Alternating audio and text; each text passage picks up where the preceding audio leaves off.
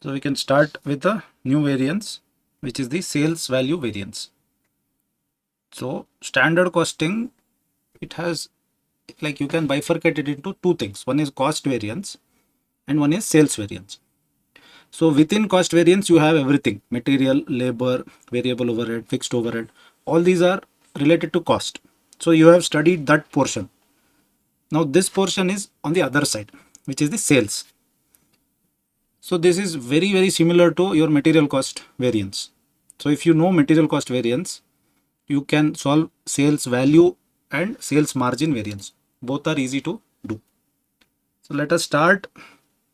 On the top you have sales value variance, and on the right, so sales, you can have a variance because of two factors. One is the quantity and another is the price. So that means you will have a standard quantity of sales and also you will have standard price per unit. If there are differences with respect to these factor, your primary variances, which are price variance on the right and you have volume variance on the left. So both of them will arise. This is same as material. Material also has quantity. Material also had price, purchase price. So this is similar to that. Again, volume has sub variances. One is quantity, another is mix. So if there are more than one material, one product you are selling, with respect to quantity, you can get a variance, and with respect to the mix, you can get a variance of individual items. So in the question, if there are only more than one product, then only these subvariances will come into picture, similar to material. So just before we go to the sales variance, we will do one small revision on your material variance. Then you can understand sales variance better. Material cost variance, material price variance, material usage variance.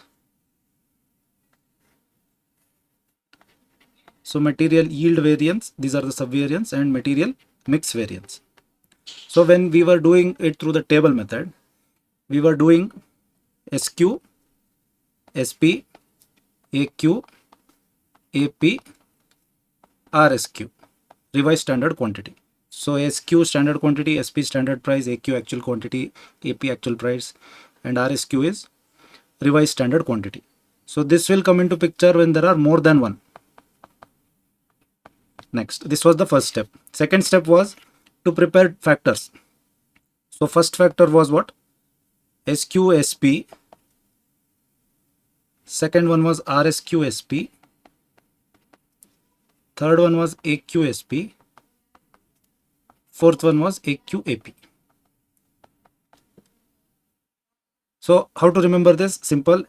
SP in case of 1, 2, 3, and only fourth one you have actual price. Now third table, we were preparing table for all the variances. So material cost variance was 1 minus 4. Then material price variance was 3 minus 4. Material usage variance 1 minus 3. Material yield variance was the fourth one, 1 minus 2. Material mix variance 2 minus 3. So since this was based on cost, so you were calculating everything with respect to standard. So the actual you would subtract from the standard. If you take any questions, so 1 minus 4 is what? SQ-SP minus AQ-AP. So that means the SQ factor was coming first. Now for the sales variance, you will have to do the exact opposite. I will tell you how. So sales variance, you have sales value variance on the top, and on the right you have same sales price variance, and on the left you have sales volume variance, then sales quantity variance, then sales mix variance. These are the 5 variances. Same table. So in sales, instead of SQ, you can also use BQ, budgeted quantity, except that all the other things are same.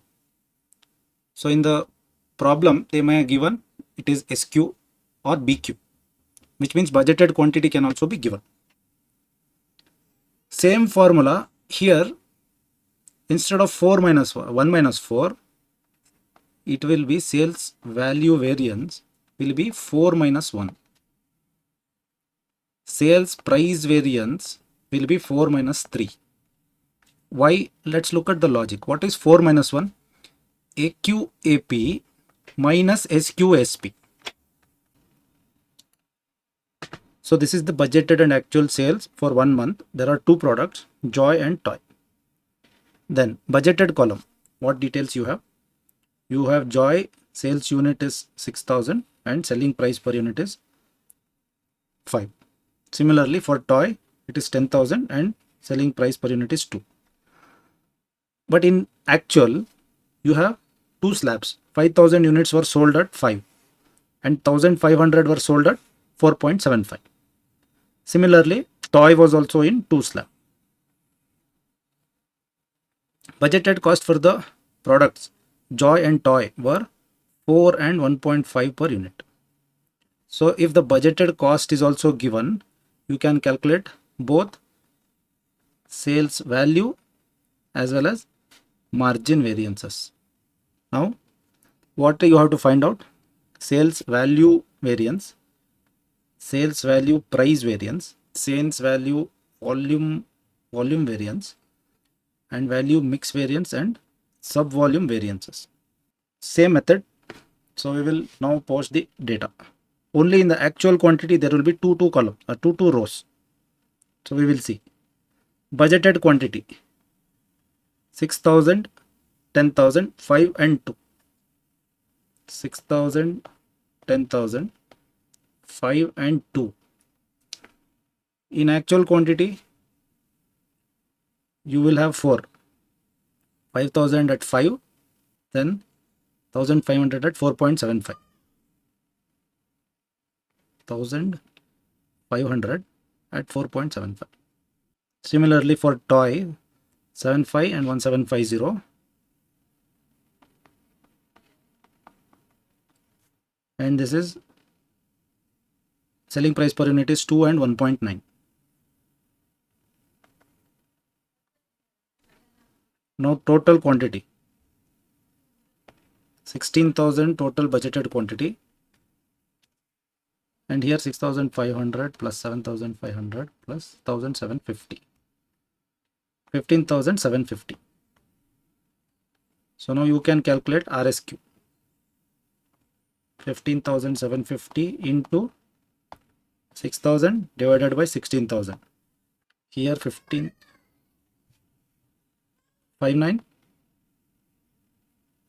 5906. So if total has to be 15,750 minus 5906, 9844. Now you have to put it in the table. So I will leave this detail here. Take 5 minutes and post the values. So now you have to post this into your table. So I leave this for 5 minutes. Take your time and calculate. So here are the answers. You check your answers. So the total column will be like this. 1, 2, 3, 4. You have to use the same method. PQSP, RSQSP, AQSP and AQAP. Only in the AQAP you will have to total these two together. 5,000 into 5 plus 1,500 into 4.75. You have to do like that. And these are your answers. So control ratios, you have to understand, every time the company cannot calculate a lot of things. So to make their life easy, what is done? They have certain ratios which are also calculated through the system only, and it is given.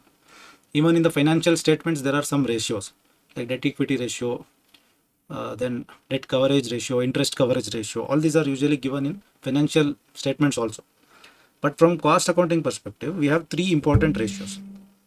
So they are efficiency ratio, activity ratio and capacity ratio. And how to calculate them? First one, efficiency ratio. So with respect to my standard hours, how many actual hours I have worked? That means out of my actual hours which I have worked, how efficient I am. That means I should be closer to my standard hours. So if the ratio is above 100, that means this can be above 100 when, let's say, I have standard hour 100 and my actual hour is less than my standard hour. So let's say 90. So then this will be 1.11. Correct? So in this situation, I'm more efficient. So this gives you a quick analysis. Am I efficient or not? So this is the efficiency ratio. Next one is activity ratio. This is the similar thing, but budgeted compared to my budgeted hours. That means I have certain budgeted hours and then I have certain standard hour. So how is my utilization of my resources? So this is my activity ratio. Then we have capacity ratio. This is the actual hour over budgeted hour. So if I am considering, if I have more than 100, so example, let us again take my actual hour is 100 and my budgeted hour was only, let's take the other way. So my budgeted hour was 100, but my actual hours were 110. So that means this will give me 1.1. So what is the meaning of this? Even though I had only 100 hours budgeted, my activity was more than that. So this gives me how my capacity was utilized. My capacity was utilized 10% extra. So this is the capacity ratio. So using these three, you will get questions. So you have efficiency ratio, SH divided by AHW. Then you have activity ratio, SH over BH. Then you have capacity ratio, AH over BH. You can express one ratio in terms of other also. So that conversion you have to practice. So let us take this question. Calculate efficiency and capacity ratio from the following figure. So you have to calculate efficiency and capacity ratio. Efficiency ratio. What did we learn? There is my standard hour, and with respect to that, where am I standing in my actual hour worked? So I need my standard time per unit, then actual hour worked. I have to use these two. Okay. So what is my standard hour? Standard hour is equal to 80 unit into 8. Then what is my actual hour worked? 500. So this will give me 640 divided by 500. So 1.28. Then next we have to calculate capacity ratio. So I have budgeted with respect to that, what is my actual hours? Now what is my actual hour? 500. And what is my budgeted hour? 500 over 640.